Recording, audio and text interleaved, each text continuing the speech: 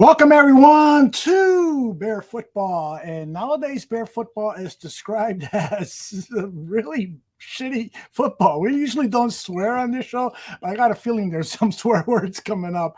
I gotta start with this because this is fact.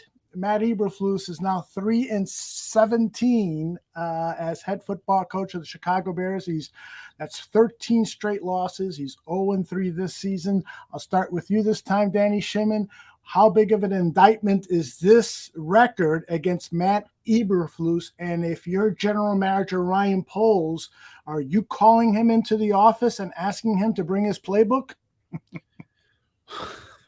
Well, if I'm in charge of the Bears, I'm calling both Poles and Eberflus in the office, and I'm asking for both their resignations. But that's not going to happen. We all know that. So anyway, and not only is he 3-17, they've lost 13 in a row, but they've lost the 13 in a row by 25 plus points. I think this is going to add to that average here as well. So it's a team that, to me, right now, last year we gave them the mulligan, right? Last year we knew what they were doing. They're stripping it down to build it back up again, and not that. We had some expectations in the season that they were going to be a competitive, fun team to watch. Not really they're going to compete for NFC North or they're going to, make a Super Bowl. It's nothing like that. But we just thought we were going to be see a team that was going to be on the upswing. And I've seen, from my point of view, they've taken a step back. This is a regression as opposed on all angles of the team, offense, defense. Special teams has been okay, right? But the everything else has just been horrible. It's in terms of management.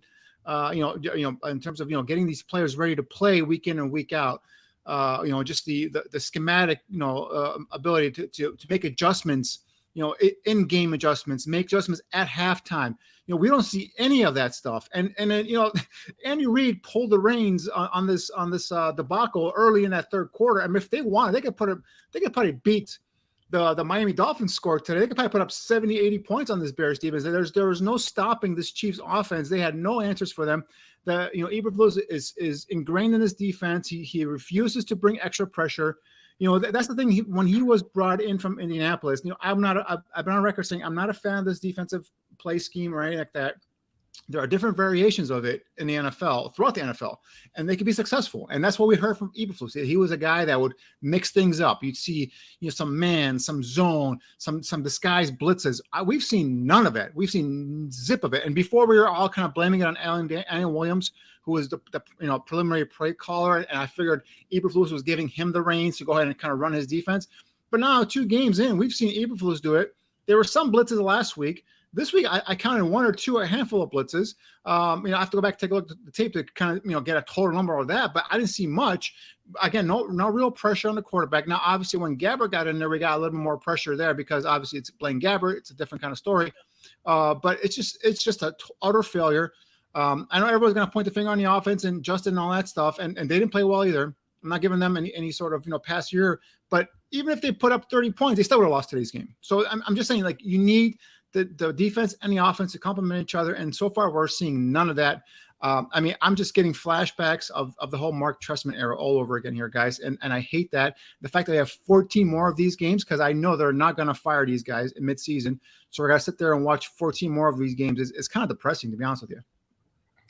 Coach T, your thoughts? Yeah, I think about the record, what I'm saying? You throw last year out the door, right, out the window, and just focus on this year alone, right? We're just not playing good, competent football. We're not playing good, complementary football. Like Danny said, spot on with the analysis, right? The defense, you have to, when you're less talented, you have to mix things up a little bit more and bring pressures from different angles. You can't sit back and rush forward and sit back with 7 and expect, guys to just be able to fill in the gaps and play zone. No, this is the NFL. You have to mix things up. And I think, like Danny said, he did a better job last week on defense, calling the plays and mixing things up and sending pressures. But this week, it seemed like Alan Williams was calling the defense. So you allow Patrick Mahomes and KC offenses to march up and down the field on you like that. That should be that part of it. And you supposed to be a defensive guru should be called into question. And with the offense, is exactly what I said. For the last 2 years and what I said at the halftime show. Now watch this. The touchdown we actually scored, somebody tell me what that route was, please. Somebody, to my detractors, tell me what that route was. because no shit. No shit. All right. So to my detractors, the coach, you don't know what he's talking about. Tell me, I said it was one of the first 6 routes that we don't call in our route tree. So I know what the holes is. I've forgot more football than most of y'all know at all. So don't come with that craziness.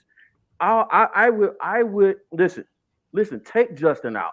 Put the young guys in, and you still have Luke Getsy at the helm calling plays. He may have and show some success because you'll simplify your offense for your quarterback coming in the game. So you'll lean more on a run, but I guarantee you're going to hit a wall because this guy does not know what he's doing. Schematically, game planning wise, install wise, he does not know what he's doing. And that's, for me, it's the most frustrating because that's the side of the ball I coached. Yeah, it is frustrating, and I always try to give everybody the benefit of the doubt. But I'm now on your bandwagon here. Luke Getsy has got to go, and I gotta believe that as a temporary measure, Ryan Poles should be able to say, listen, we need help. I'm bringing in so-and-so as an offensive consultant, as a defensive consultant. I am not going to allow this to continue to happen without some action on my part. And we'll all sit down with the new consultants and we'll figure out what is going on wrong as we prepare for a Denver Broncos team that was annihilated today by the Miami Dolphins. This was going to be a great opportunity for the Bears to come back home after a tumultuous week at Hallis Hall that saw the defensive coordinator resigning or being fired. You take your pick after the controversy with Justin Fields' comment about the coaching and that being blown out of proportion. It was just a really hellacious week at Hallis Hall, and now is an opportunity to settle things down even after such an embarrassing loss and get things right so that we can be competitive against a Denver Broncos team that is reeling. Danny, what do you say about my thoughts there about trying to right this ship? I agree. Like I was kind of jokingly too. 2 weeks ago, I said bring in Rod Marinelli as a defensive consultant. But you know what? Although while I agree with you, it's not going to happen. Yeah. These people are so freaking stubborn. They've so dug into the culture. Well, guess what, Ryan Poles? Your culture sucks. Your culture is losing. And this coaching staff and Eberflus is out there just kind of wailing and talking like Tressman more and more each and every week. So it's a guy that Coach He said, you said earlier, I think John said it on previous shows as well. His forte, the reason why he got this head coaching job was because of his defensive specialty, his acumen on the defensive side. Well, guess what? I know last year you didn't have the horsepower or the players, if you will, but you still, there was no creativity. There was nothing there to help to kind of spark. Say, hey, you know what? Maybe this guy has some sort of creativity that he can generate some pressure, do something. Well, this year you spent money on Tremaine Edmonds and TJ Edwards. And while they're okay players, you guys came and told me that Roquan Smith was not worth the money that he got, right? But Tremaine Edmonds was pretty much got almost a similar kind of a contract there because Tremaine Edmonds gives you more of a guy in coverage. Well, guess what? He sucks in coverage too because they can beat you and they're killing you in coverage. So I'd rather have Roquan Smith here, who the minute you saw him leave this defense last year, you saw an ultimate drop-off. You saw an ultimate uptick on the Ravens last year when he got on that defense. You put on the Ravens game today, Roquan Smith is all over the football field making plays. He was a hell of a blitzer, right? We saw Tremaine Edmonds coming today on one of those blitzes. He's like lollygagging. He's a long stepper. He's not as quick, as twitchy as Roquan Smith. So you know what, Ryan Poles, that was a bad play on your part right there because I think I'd rather have Roquan Smith than Tremaine Edmonds. But again, I'm getting into the weeds here. So, but they're not going to make the change. Although they're not going to bring in a consultant, they're not going to bring any sort of coaching changes or anything like that. We'll see what happens this week. They mentioned something about titles and all this stuff, and maybe actually naming a defensive coordinator. That's probably come from this staff anyway, whether it's John Hoke or the linebackers coach Borgonzi. It doesn't really matter because it's still this head coach that everything stops and ends with the head coach, and he's not going to change. And this is what we're going to have to deal with, like I said, for the next 14 weeks. If there's a huge change in this on this coaching staff or in this organization, my jaw will drop, and I'll be shocked, to be honest with you. Yeah, Coach T, that's kind of my concern here with this Bears team, is that maybe Ryan Poles has not done a good job of identifying the talent necessary to get us out of this storm that we're in that's lasted years. You look at Tremaine Edmonds getting off to a slow start. You look at Nate Davis and his personal problems and him not helping the team win. You look at, some of the other players acquired under Poles. So my question for you is, how concerned are you about the general manager?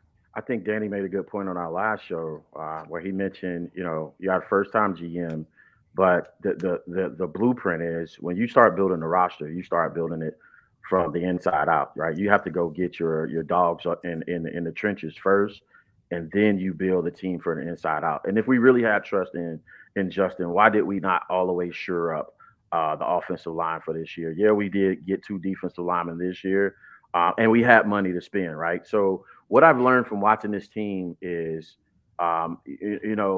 you can try to do a rebuild, but I think we've approached the rebuild the wrong way, right? We got a first-time GM, first-time head coach, first-time offensive play caller, which I think is the worst part of this whole situation, right?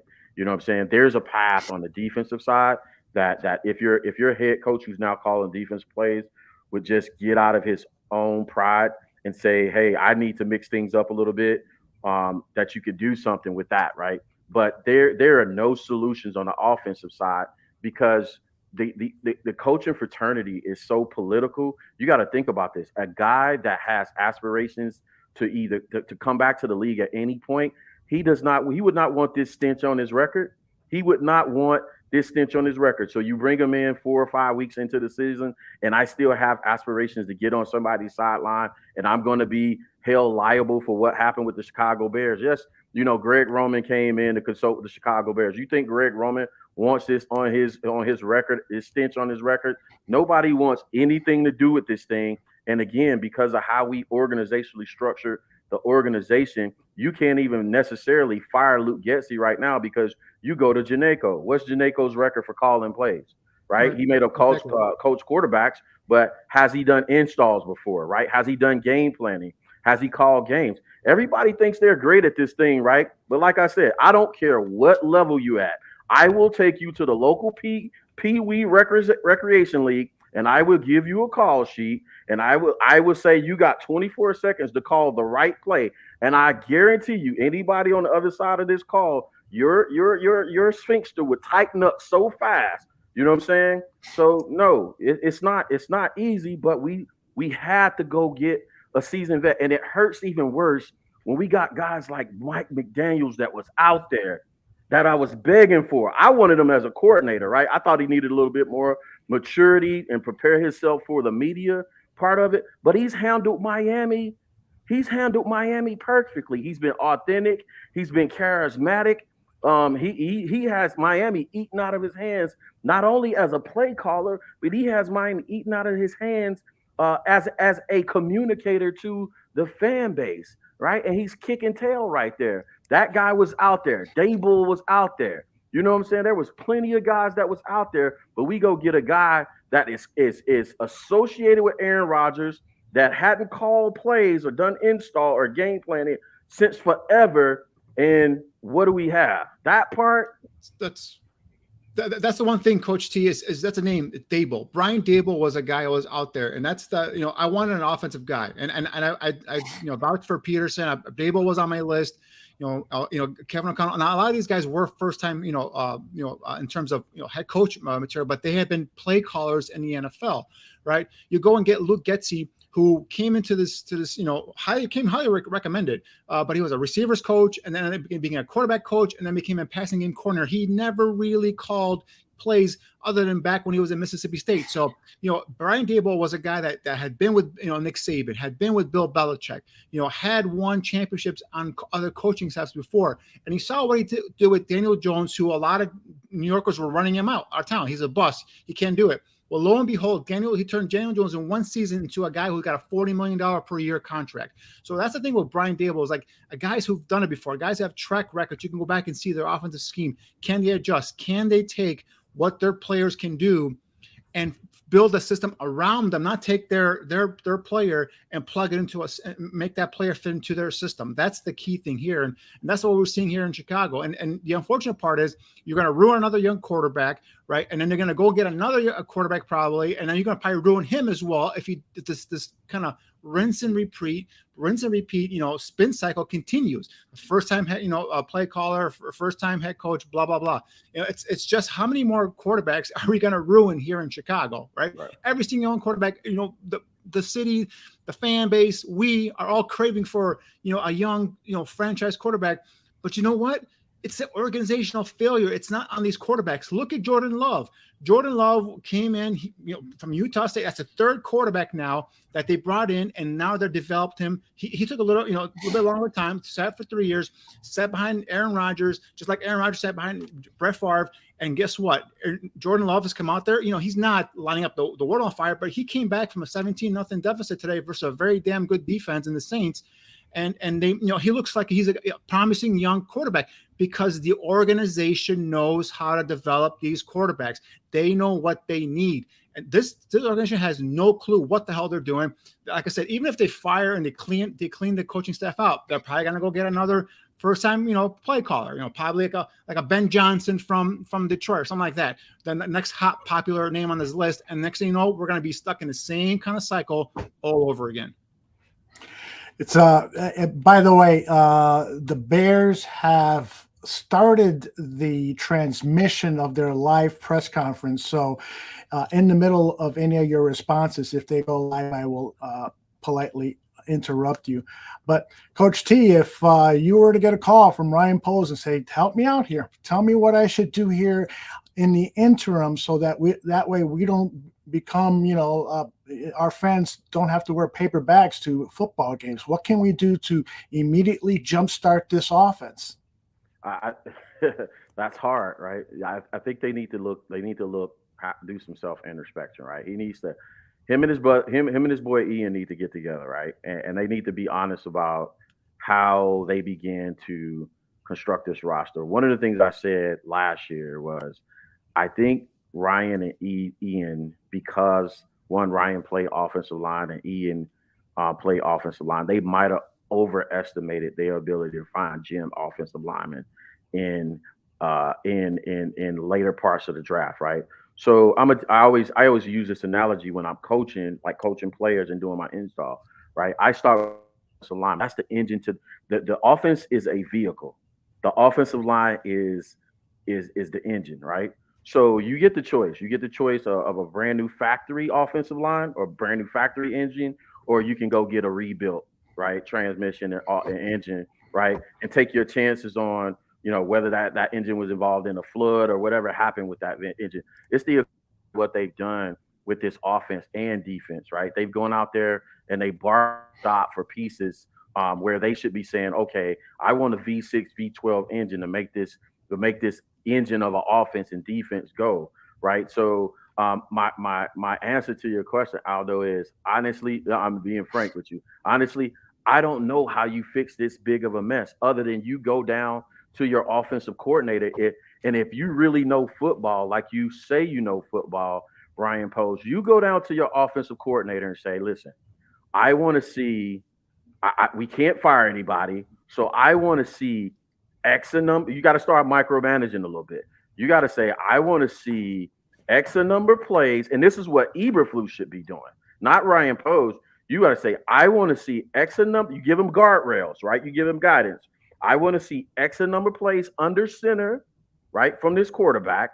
I want to see X number play action passes from under center, right? And I want to see X number of short routes. Those routes I see you that tree. I want to see. I'm gonna give you leeway. I'm gonna give you if we're averaging say 70 plays, I'm gonna give you 35 plays to do it your damn way. But these 35, and with these 35, this is what I want to see, and that has to come from Ryan Poles or Matt Eberflus. And he said, at the end of the day, whether we lose or win, we're gonna sit down and compare your 35 at my 35 and see who yields the bit better results, right? And then we'll start. No matter what happens, Luke Getsy is in school right now, right? He's in school right now. So the remainder of this season right now is going to be him learning on the job. This is OJT. And so he has to start micromanaging Luke and saying, this is exactly what I want to see out of you. I want to see 5 deep balls, right, off of play action. I want to see X number of plays from under center, X number of plays with a fullback in the game out of 11 to 12, 13 personnel. Like, start prescribing for him what he wants to see. Help him with his game planning, because obviously he doesn't have we talk about Justin's head being all over the place. Guess what? Luke's is all over the place because his play calling is all over the place. Has no rhyme or reason. And again, all that filters into the game. It's just a manifestation of what's going on in your coordinator. Look at what Andy Reid did today. Polar opposite. How many times did we see Kelsey go out, 5-yard hitch, turn around, and just catch the ball? It's that simple. So, yeah.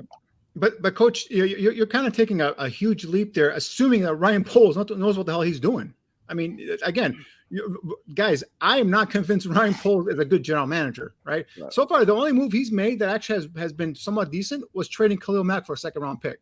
Because obviously Khalil Mack looks like he's pretty much towards the tail end of his career. Other than that, every other move that he has made is either flopped, right? Let's go back to the Larry Ogunjobi signing that was a disaster. His first free agent signing, to Nate Davis. Aldo touched on earlier.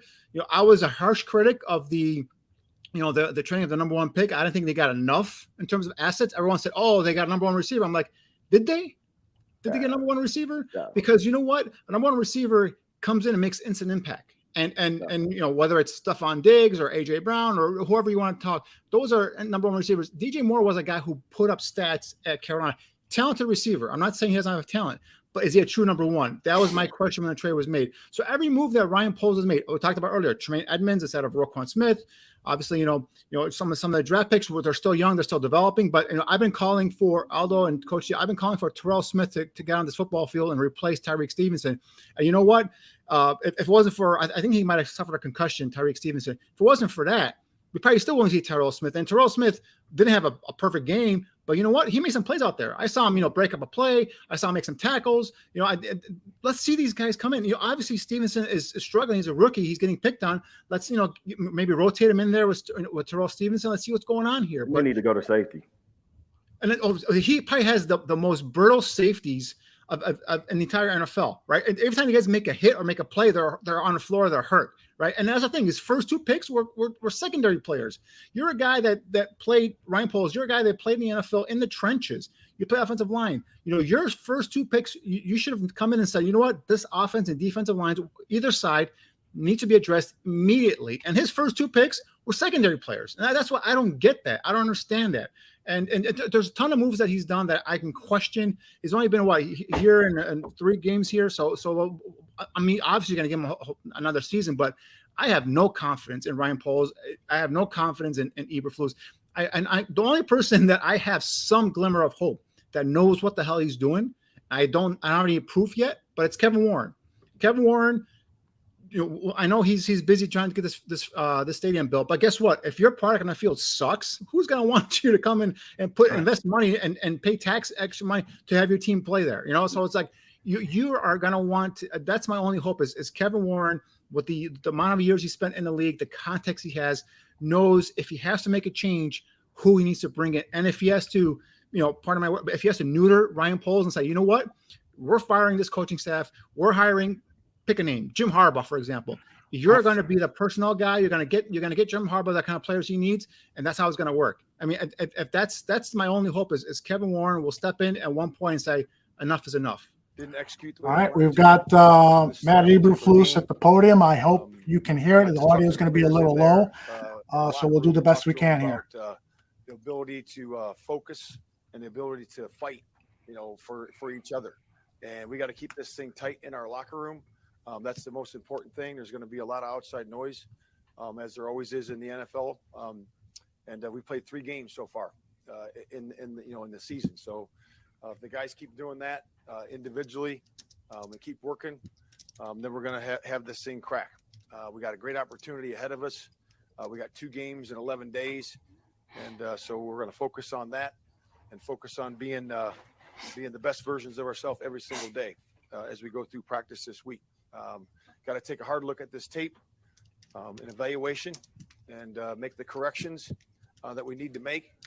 And then we got to move forward and keep getting better. So, again, like I said, it was a tough game today.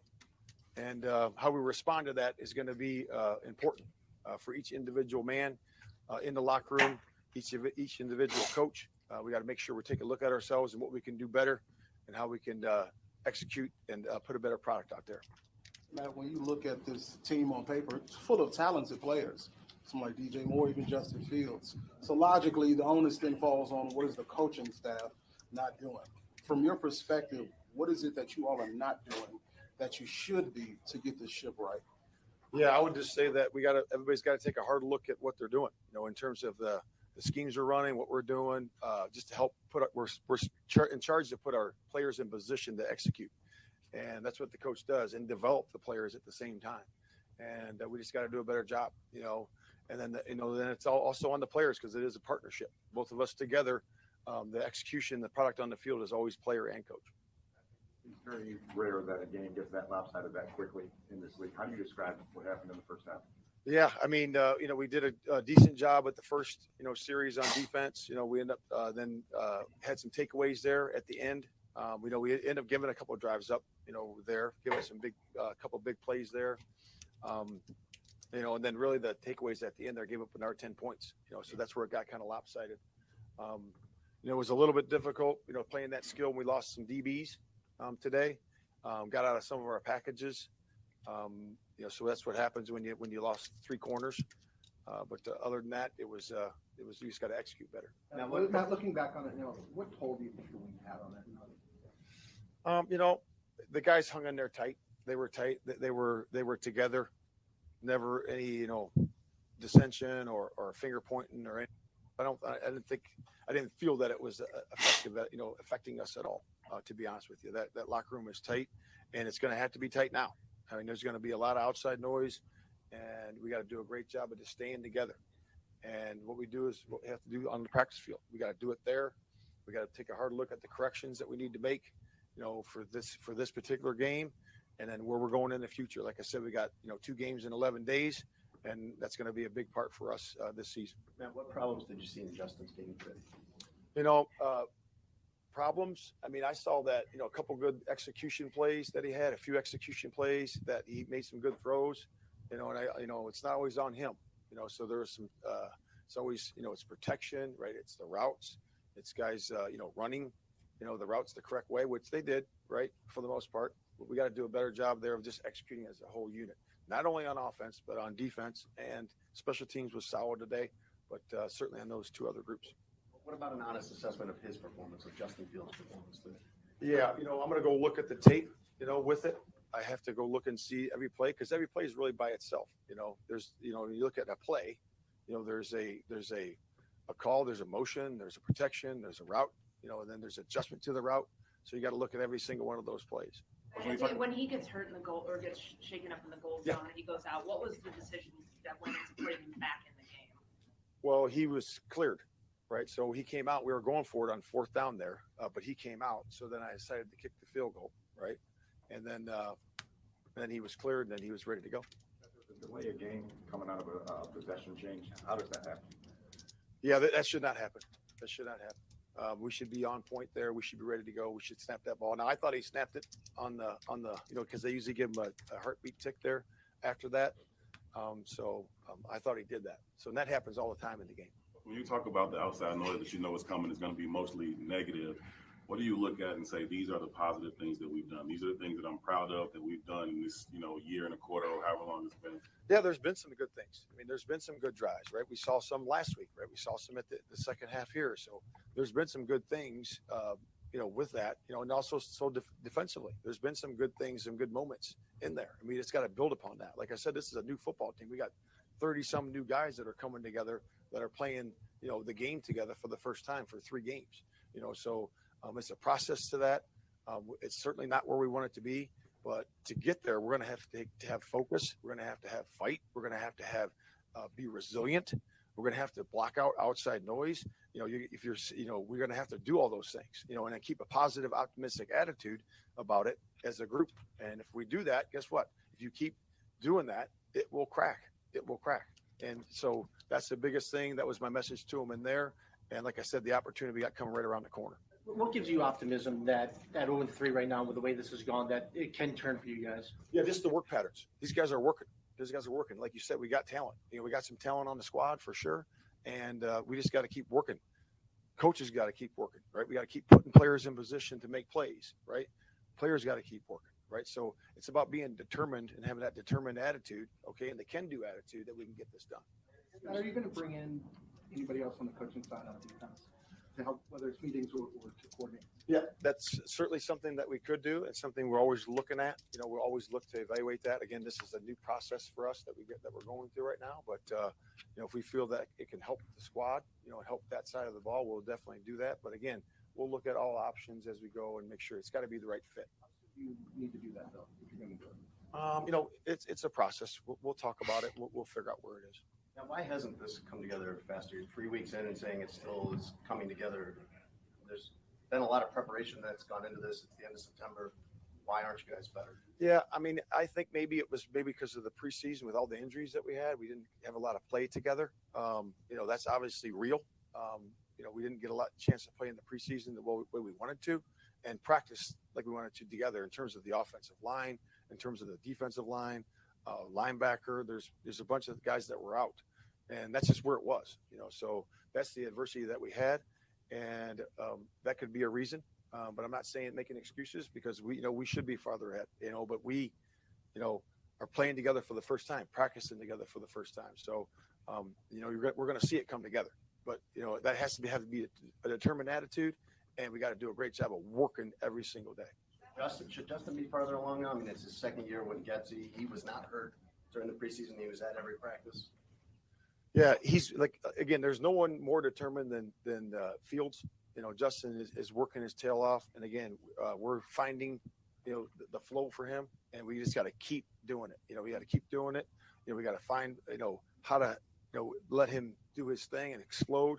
And again, it's not just about Justin, it's about everybody on the offense, so we just got to keep doing that. And it's not just about offense. We got to do a better job on defense. If we stop them and give them short field and take the ball away, that's the job of the defense, to make it easier for the offense. You got to keep doing that. And our guys know that on defense too. Two more. With the game day elevations, why make those two guys, especially the safety, elevated and then make them inactive today? I felt like you could have used that depth with all the. Yeah, we were just worried about potential injuries, but we just wanted to make sure we had those guys available to us if we needed them. Last one, Patrick's play today for them. Yeah, it's about like I've seen in the past. He made some off script plays. Certainly the throw on third down on the sideline was a good play by him.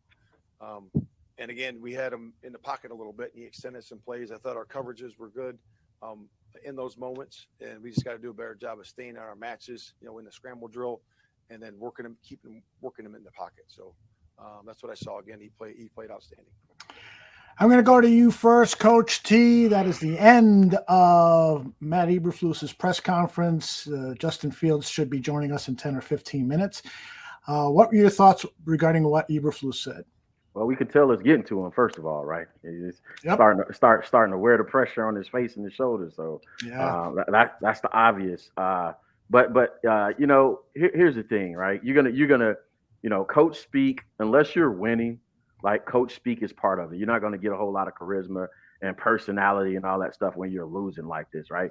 Coach speak is part of it, because you can't throw your quarterback, your O-line, your wide receiver, your OC, your DC under the bus, right? You have to kind of speak very vaguely, and that's the part that kind of frustrates us as fans, because you can't come out and, you can start your opening statement with something like, "Yo, listen, we just sucked. We sucked on offense. We sucked on defense. We sucked on special teams." And then you start, once you start getting into the details of the questions, it kind of get lost in the sauce of trying to explain everything that went wrong. It's fresh off the field, and I know that feeling. It never feels good to have to speak to that stuff after it. But I believe, again, I said earlier, so I want to pull something back. I said, listen, we can't fire Getsy. We've already got rid of the DC. That side of the ball is what it is. But I think he needs to make a statement, right? It's not, coach. It's not that we're losing. It's how we're losing, right? From somebody that understands that. It's how we lose and it gets the most frustrated. It's not competent football. It's not. It doesn't look like good football.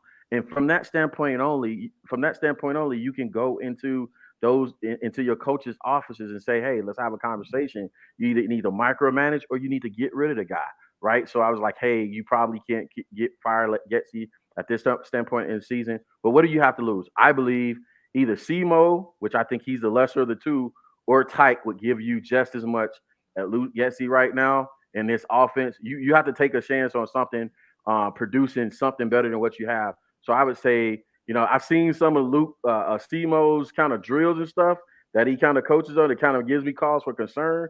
But I would say give Tyke Tober the opportunity at calling plays, or let the two of them come together and put together a game plan. One the running game, one the passing game, and get the other guy out the building. And that should send a ripple wave through your building to say, hey, we're starting the process now. Because we can't wait till we get to the end of the season to start the firing process. We already got rid of DC, right? But you need to start at the lowest level and start getting rid of coaches as the season goes, right? But keep just enough a skeleton crew for you to be able to, run games and whatnot. So yeah, it's all over the place.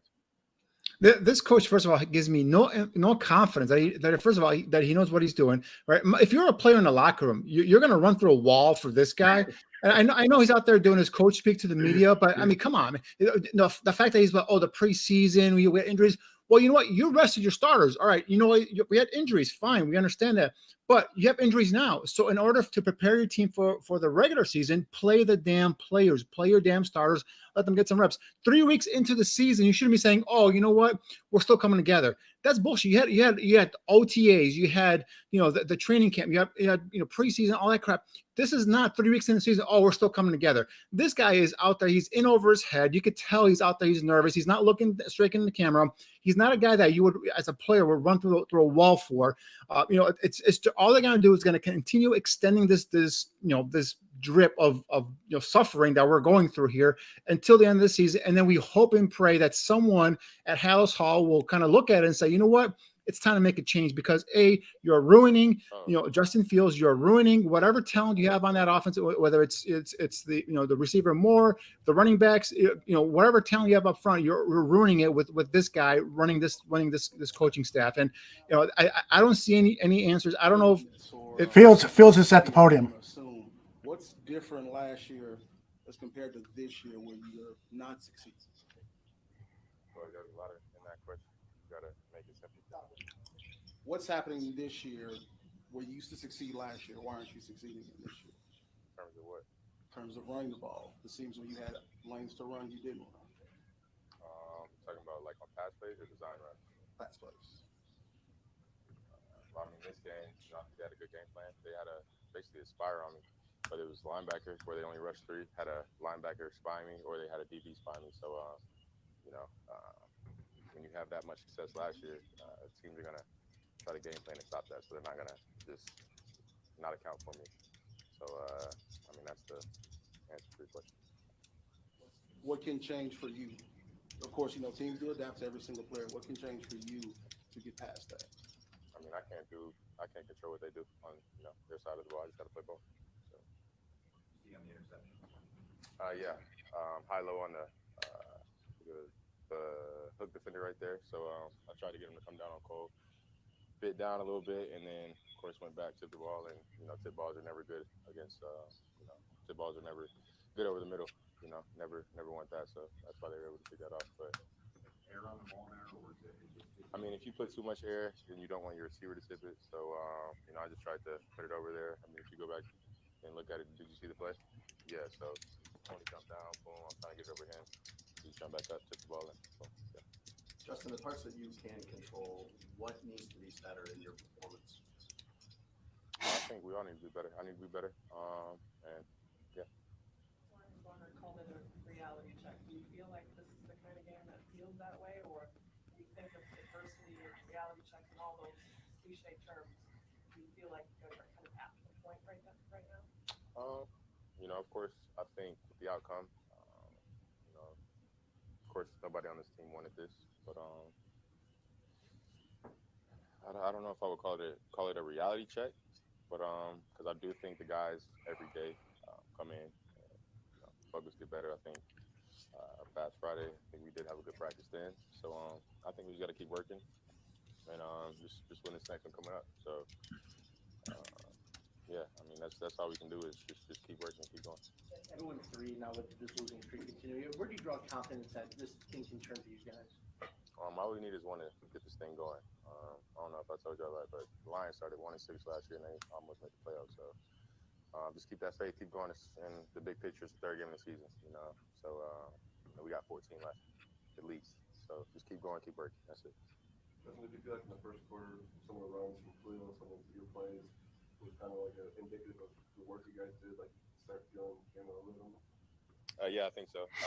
You know, that was a game plan coming in. You know, just kind of try to run the ball, get the run game going, and I think we did a pretty good job of that. But of course, it's tough to keep that game plan going. You know, when you start getting down, of course, you got to try to put more points up. And you know, they had a really talented defense out there, and they executed well. So, yeah.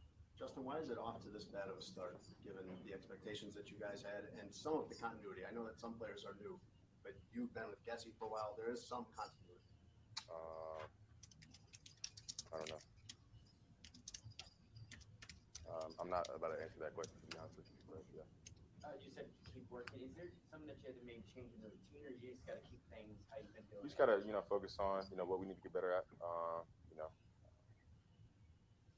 And I think that's it. Just focus on the details.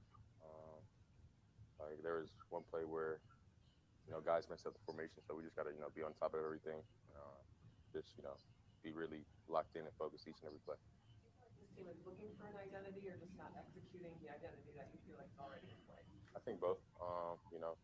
It's just tough for us because, on the offense side of the ball, we've had a lot of injuries up front, so we got guys rotating and stuff like that. But, I think the guys that have come in, I think they've stepped up and done a good job. So,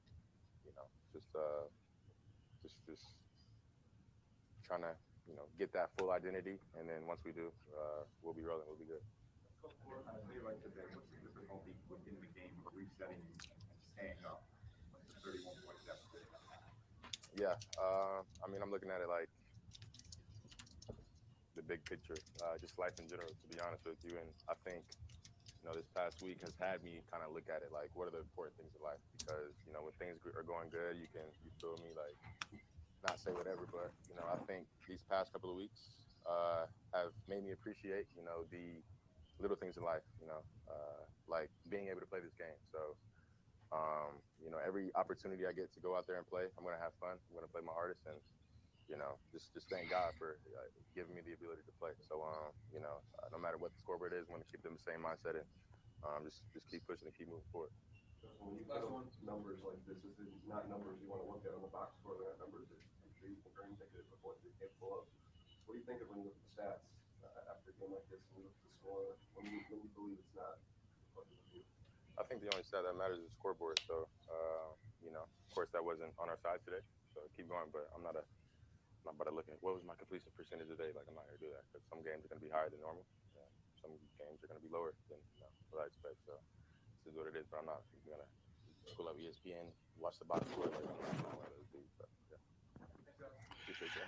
All right, I got to say that was one frustrated human being. And, to all of the Bears fans, it's a reminder that he is a human being and he's hurting right now. And I'm so glad those last 2 questions were posed to the guy because he showed some authenticity. The fact that he is feeling like he's privileged to play this game, the fact that he, is self-aware of what's going on. He gave us a look into that, and I appreciate that. As a Bears fan, I want them to win, and I'm going to make jokes when they're going to lose because it's the way I deal with pain.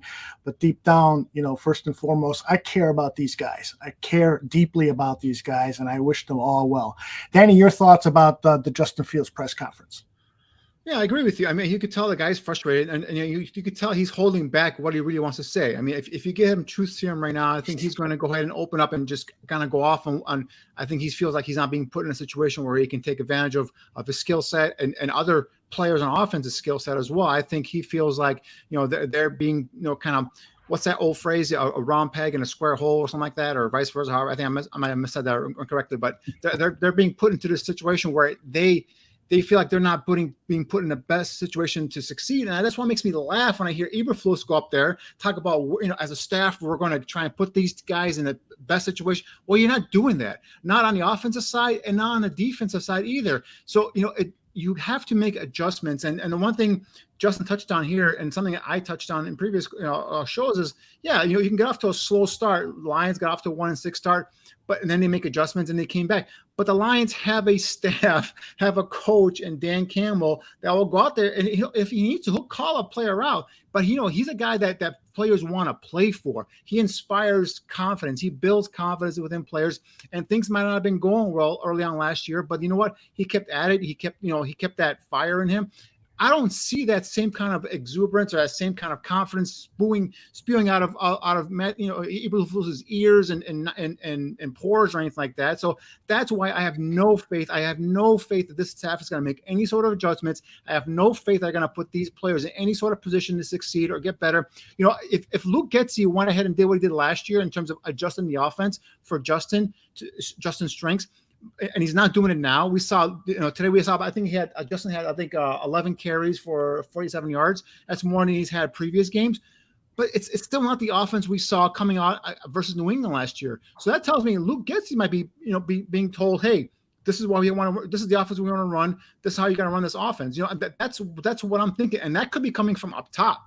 I could be coming from Ryan Poles and Ian Cunningham and say, we need Justin to go ahead and show us that he can play from the pocket and blah, blah, blah. I don't know. I'm just guessing right now, but it's just everyone's frustrated. Everyone in that locker room, from the players, from the first player to the third player, even to the practice squad players, you can tell they're frustrated. When that score was 34-0, they showed us a shot at the bench, and all the players had head down. That was in the second quarter, guys. Their heads were down, shoulders were slumped. They were done. That team mentally was done in that second quarter, and that's because of the fact that the coaching staff exudes no confidence that they're going to get these players in a position to succeed and win games. So, I do agree with Justin in terms of one win can go and spark things, can get a little bit of momentum going. But I think they're being held back. And my thing is, it starts from the top all the way down to the bottom. Obviously the talent level is not great here in terms of overall roster. The depth isn't great, but you have some talented players, both on offense and defense, and they're not being put in positions to succeed, especially some of the schematic calls, some of the defensive calls. I just don't feel like these players are being utilized at their utmost talents. Coach, I know you've got some of your own thoughts to share, but I'd like to ask you a question. When I was in my early 20s, that was the era of Mike Ditka, and I really appreciated what Ditka did for the organization in terms of he came in with a thunderstorm and said, he changed the culture from guys who were apathetic. He took wide receiver Ricky Watts' equipment out of his locker room and threw it out. You're not going to play for me, because he was dogging it in practice and so forth. But as his years went on as head coach of the Chicago Bears, I became less and less in favor of that attitude. He started to lose players because they started to feel alienated by the head coach. And there were other issues too. He was eating up their promotion dollars and stuff. But I always loved Bill Walsh as a coach because he was very innovative. He's the inventor of the West Coast offense, so to speak, with Sid Gilman, had a lot to do with it too. And he was, he would get mad when he needed to get mad. So I'm asking you, long-winded question, Coach, what's your philosophy? I feel like Eberflus should have just gone off on some of the players in the sideline for their effort or lack of effort, as opposed to disguising that lack of effort and coming out in that press conference and basically lying to us. Yeah, that's a weird thing nowadays. Although I haven't been on the sidelines since in 6 years, right? And even now, right, when I go hang out with coach friends or go back down to Florida, right, and just go to see how my coach friends are running their football teams, you realize that even the profession and the environment around coaching has changed. The kids have changed, and therefore, you know what I'm saying, the kids have changed. You think, keep in mind, Justin's 24, right? A lot of these guys are in their 20s. And so the kids have changed, and therefore a lot of the coaching philosophy has changed, right? We're in this soft parenting era that we're in right now. And you know, I remember having been gone a few seasons and then going back and trying to coach. And I have a pretty stern, you know, kind of coaching philosophy, right? Especially because offensive football is so detailed. You have to be on the, you know, small details of it. So I was pretty stern, and I would get on kids and stuff like that. And then, come back, and then head coach is like, well, we need to try and say it a different way and all this other stuff. And then there's like a big push now in coaching to of no profanity and all this other stuff. Like, it's a weird world that coaches live in nowadays. I don't, when it's time for me to go back, I don't know what I'm gonna step into, to be honest with you. It's hard for me to describe because we're in this soft, you know what I'm saying? Even the kids, even the players. It goes back. It's a small thing to you guys, but it's a big thing to me. We're in the jersey swap era, right? Post game, we're swapping jerseys and taking pictures and all this other stuff. Go back to the first game, and we're going up against our arch rival, and you know what I'm saying, our starting quarterback comes in his tablecloth outfit. You know what I'm saying? I know that's a small thing, but I remember the teams like the U of the 90s, right? When they're playing Notre Dame, they get off the plane in full Army fatigues. Like, we just had a different mentality.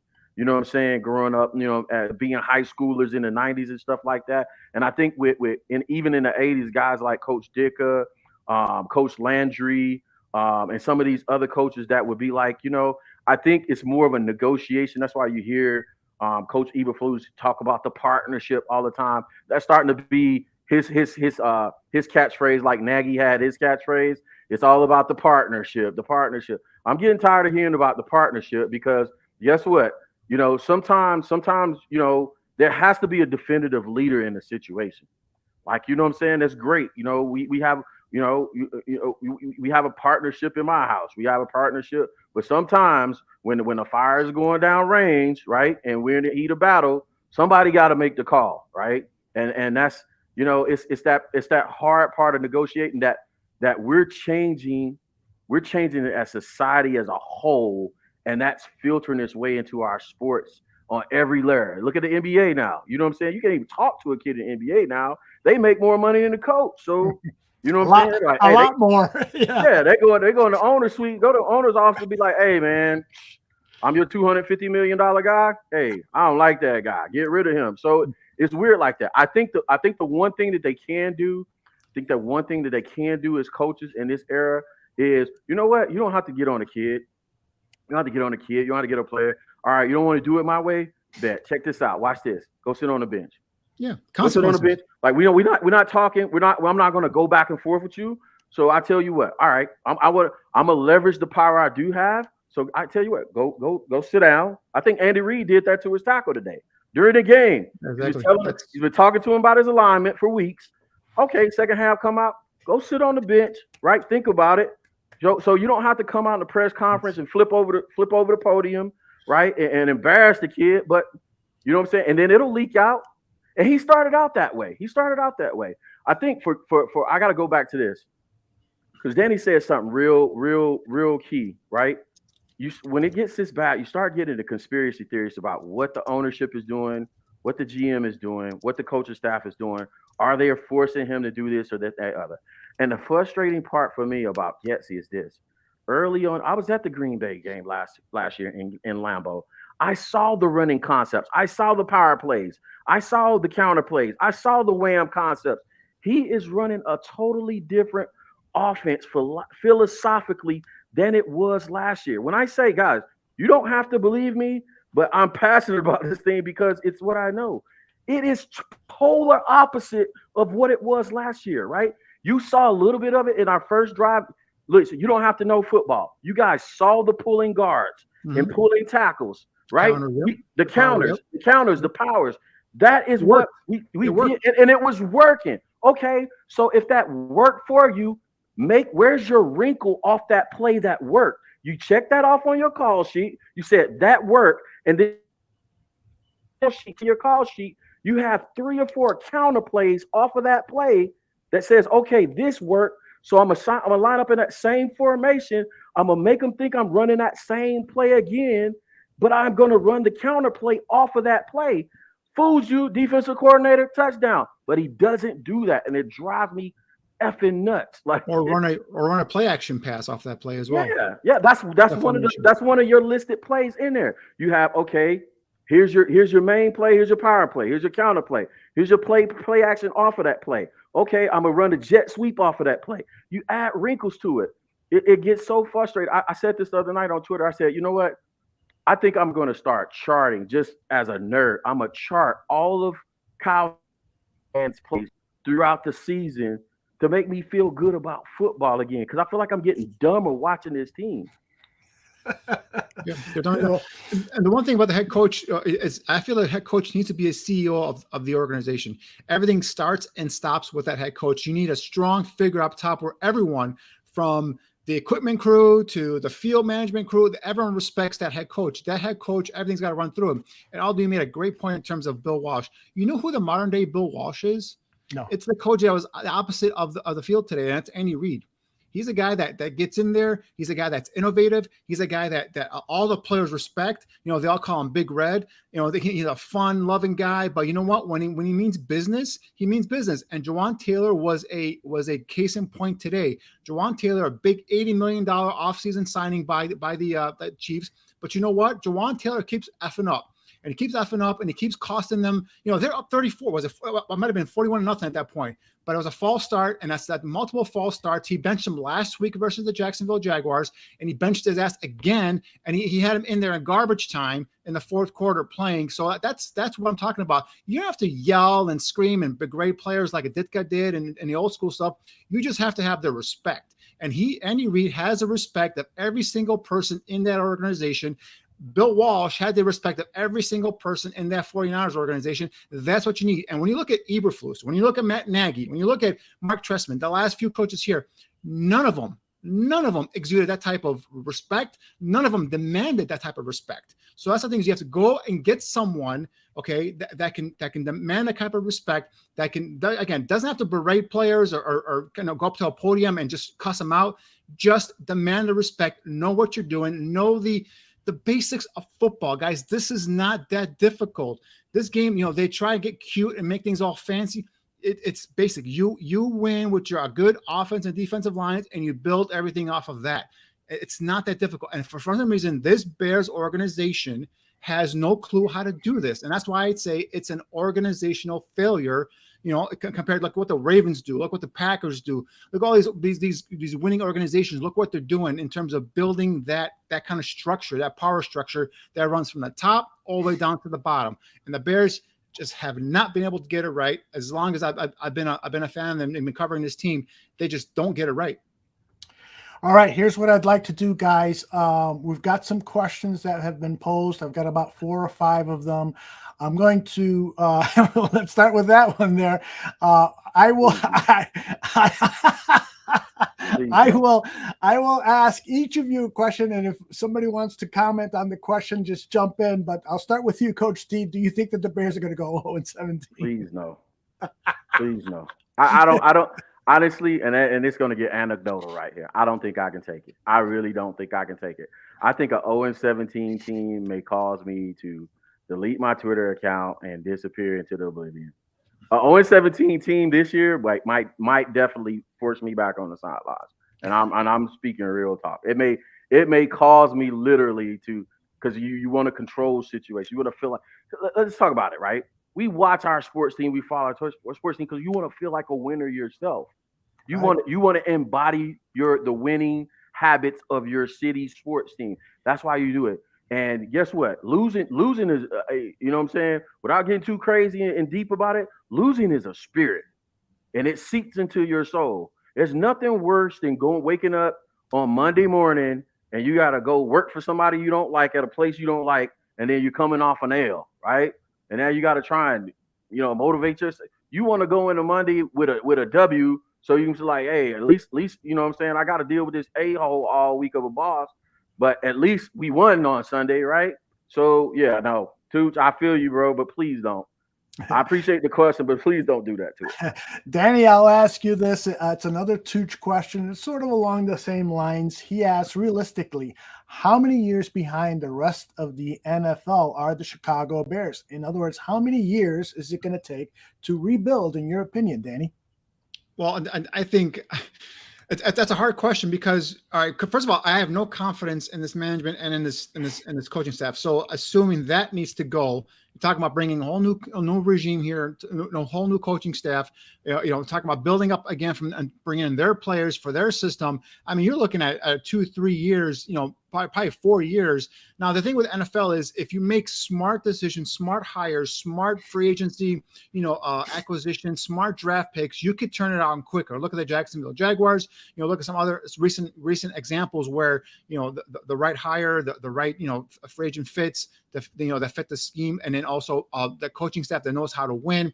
You can go and turn things around. So the Giants last year with their hire there as well. So I think overall it looks right now looks like a 2-3 year in terms of far away, but if they make the right hire, I think it could be quicker. Because I said this roster is not like loaded with talent, but it's got talent on it on both sides of the ball there. So it's not like it's bare like it was last year. So that's the thing is like you bring in the right hire, you bring in another good solid free agent class, another good draft class, and you can turn things around quicker. But it all starts with the up top, the person making the calls, bringing in the right coaching staff, bringing the right assistants, coaching these players up. I have yet to see a player, it's been a year and 3 games now, get better in this, because of this staff. I have to yet to, and Eberflus goes up there week in and week out. We're gonna, look at the tape. We're gonna go back to the drawing board. We gotta block out the noise. Well, damn it, the noise is gonna get louder and louder because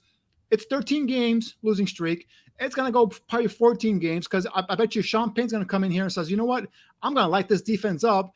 And then can the Bears score on that putrid Broncos defense? We'll see. Because if they lose to the Broncos and go 0-4, where do you get the win? The wins now, the Arizona Cardinals, all of a sudden, they're not an easy win. The Atlanta Falcons, they're not an easy win. So where are these easy wins going to come in from? So to Tuch's earlier question, I don't think they're going to go 0-17. I think they'll win a game at least, I think. But, it's just everything's broken. Everything's broken right now from the top to the bottom on this team. And it's, again, for me, it's an organizational failure. Coach, do you have a drink there? Because I know you're going to need a sip of that cocktail before answering this next question. Mike asked the question, how many missed open wide receivers were there in the first 2 games? And if Bajent would have started this year and the offense had worked together 2 games going 2-0, would they have played better today? Come on. I think there's about 5 questions in one, right? Yeah. I don't know if you pay me enough for this, Aldo. How many missed wide receivers? I think it's 2 to 4 misreads.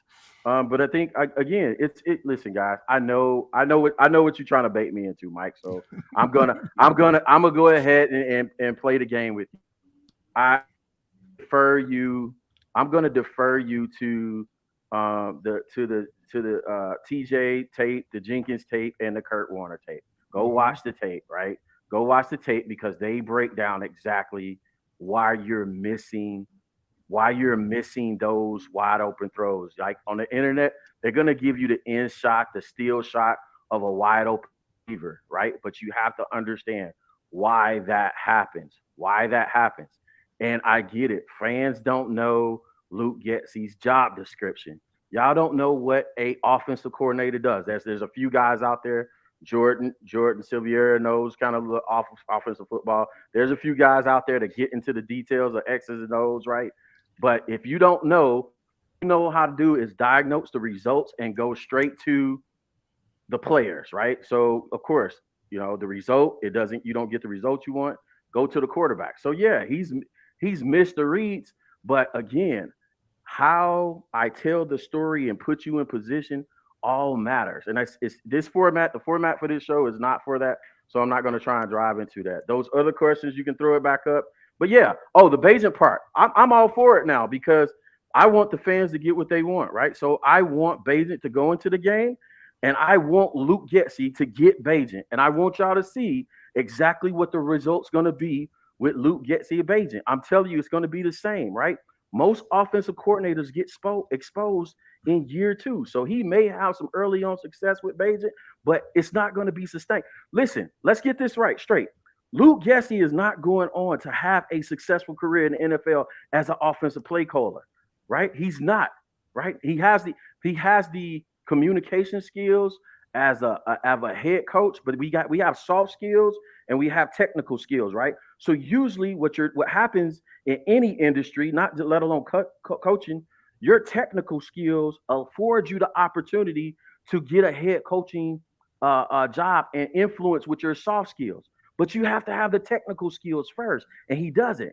Hell, Matt Eberflus, right now we're seeing he didn't have the technical skills to call defensive coordinator plays. So we're questioning why did he get the job in the first place. So we are where we are. But I think Danny hit on a great point that I don't want to be distracted from this point because Danny made a great point, right? And if 4 years is probably the window to fix this team, right? And there's a path, right? I believe what head coaches need to do more of, because we got this new world, this soft coaching world that we live in, is the head coach be that soft guy. But you have to go out there and hire seasoned veteran coaches that don't have aspirations of being a head coach, like Vic Fangio. I'm not saying bring Vic Fangio here, but watch how the successful organizations did. Pittsburgh had Dick LeBeau forever, right? Dick LeBeau was settled into being a defensive coordinator forever. Go find you a Dick LeBeau, Vic Fangio, some guy that's just like, hey, I'm a defensive guy. You don't have to worry about me going and taking an interview for a head coaching guy. But watch this. Those guys behind the scenes, they are your a-holes to your players. You let those guys play bad cop. You get your offensive coordinator. I forget the guy that was in Cleveland. He was a real a-hole, but he coached those players hard. I forget what his name, Todd something. Was it Todd? No, it wasn't Todd. He went on to work at ESPN, I think. He was on Hard Knocks, you know what I'm saying? Guy, he was just real hard on players. Because those guys are going to be in the details, and they're going to be your bad cop. Hire those guys, and then you get your CEO, head coach that gets to, you know what I'm saying, wear his hair slicked back like Pat Riley and look cute and jump out of his BMW and Mercedes-Benz and all that stuff. You get those guys, man, and let them do that part. So I don't know if I asked your question, buddy, but good luck. It's good. Greg, were you talking about Greg Williams? Greg, I think it was Greg. Yeah, I think so too. Greg was on the defense side. I'm talking about the offensive guy. Yeah. Anyway, we'll leave it. King Zing, by the way, says Shimon loves Fields. You can see it in his pissed off face. Yeah, they're ruining him. They're ruining Justin Fields. They're ruining a talented player that he looks lost out there. He does, and I agree with his assessment last week. And I think today he wanted to say it, but he held back. He didn't want to say it because of the shitstorm that started last week. He is being held back. He's being ruined. He didn't even answer the. I hope y'all caught Todd Haley. That's the guy. Todd Haley is the one. He didn't even ask. Sorry, Danny. I mean, he didn't even ask to get Luke Getsy question. He was just like, yeah, okay. And again, I think Getsy could be coaching with his hands tied behind his back. I think there could be something coming down from up top saying, you know what, we want to see him operate a basic pocket offense, and that's something that you could get into that, but you got to sprinkle some other things in there. You got to be a little bit more creative with the. I always go back to what the scouts have told me before and what other players have told me before. When Trubisky was out there and everybody was hot on Trubisky, players would literally laugh at the thought of Mitch Trubisky being an NFL quality quarterback. Justin Fields had nothing last year. He lost 10 games in a row, but his NFL peers voted him one of the top 100 players in the NFL last year. Where does that happen? Because players know other players. And I think this is a talented kid who right now looks lost and confused. And I think they are ruining him. I think this organization is ruining this kid. We talked earlier today. He looks frustrated. He does look confused out there. I think today we saw a little bit more of him just kind of taking a little bit more charge. It didn't look good because they're down by 41-0. But I think just kind of, if I'm Getsy, And if I want to save my job, and if I want to get another job in the NFL, I'm going to come back and say, you know what, all right, I got to do what I got to do with this kid, and I got to go ahead and help this kid and this offense turn something around and put some points up. Now, could they go ahead and score 27, 28 points next week and still lose? Hell yeah, because this defense still sucks because the defense-man head coach doesn't know what the hell he's doing in terms of a defensive play caller. So I'm so confused. And going back to the Tyson Bagent thing, again, Tyson Bagent, showed some positives in the preseason against guys that are now working at Walmart. So, that's the thing. It's like, does he have some things that you can work on? You can build? Sure. He's got some pocket presence. He's got some good pocket awareness. He shows a little moxie in there, but the things I do like. But this is a guy that coming from a Division II system that to throw him out to the wolves, you would be doing that right now with this system, with this offensive line, with the way these games are being called. He would get killed too. So you're going to go ahead and ruin potentially his career as well. So I don't get the whole thing like in terms of the whole Tyson Bagent thing. I know it's the backup quarterback is always the most popular quarterback, but I'm telling you, this thing is broken, guys, from top to bottom. I say throw them out there to get a fan guys out there to say they're going to fix it. One player's not going to fix this thing. Yeah, go ahead. Go ahead. Knock yourself out. That's hilarious. Listen, guys, I got to tell you, this is a sad time for being a Chicago Bears fan. It's a sad era, what we've seen over the last 20 years and how the Green Bay Packers have surpassed us and dominated us. The fact that under the George McCaskey regime, we've won one playoff game, I believe it is. It's just gotten really, really bad. But the good thing is that I get to hang out with the two of you guys for scintillating conversation, for really thoughtful analysis. I love your passion. I love the passion of everyone in the chat room. We've been on now an hour and 12 minutes. I've really enjoyed it. I want to go around the table and ask you guys for your final thoughts. We'll pull the plug on this one, and then we'll be back next week and hopefully be talking about a Bears win. Coach T, I'll start with you, brother. Hey, Aldo, you should be a head coach, right? Because that's like just that phrase alone, right? That's the thing. That's the kind of thing you tap into as a head coach to motivate your team, right?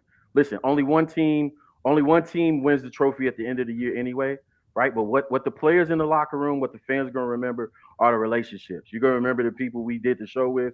You know what I'm saying? The people that's in the chat, you're going to remember gathering around the table with your family, watch the Bears game. That's what's important, right? So, Yes, so think about that. Staying in the moment, being grateful for the moment. Yeah, we want our teams to win, but like I said, you know what I'm saying? At the end of the day, only one team wins the championship. 31 other teams are going to be disappointed. But what you're going to remember is where I was when this happened, whether it's good or bad, and keeping things in perspective. So to the chat, to the people that's tapping in, thank you for listening to this meatball talk.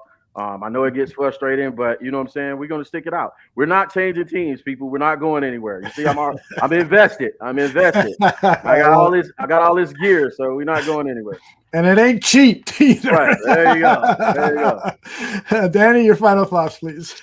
Well, Coach T, God bless you, because you're invested. But for me, I'm broken, man. Usually I come in these post games and I give some sort of positive, like, all right, this happened. This was a positive here. We can build off of this, and or offensively or defensively.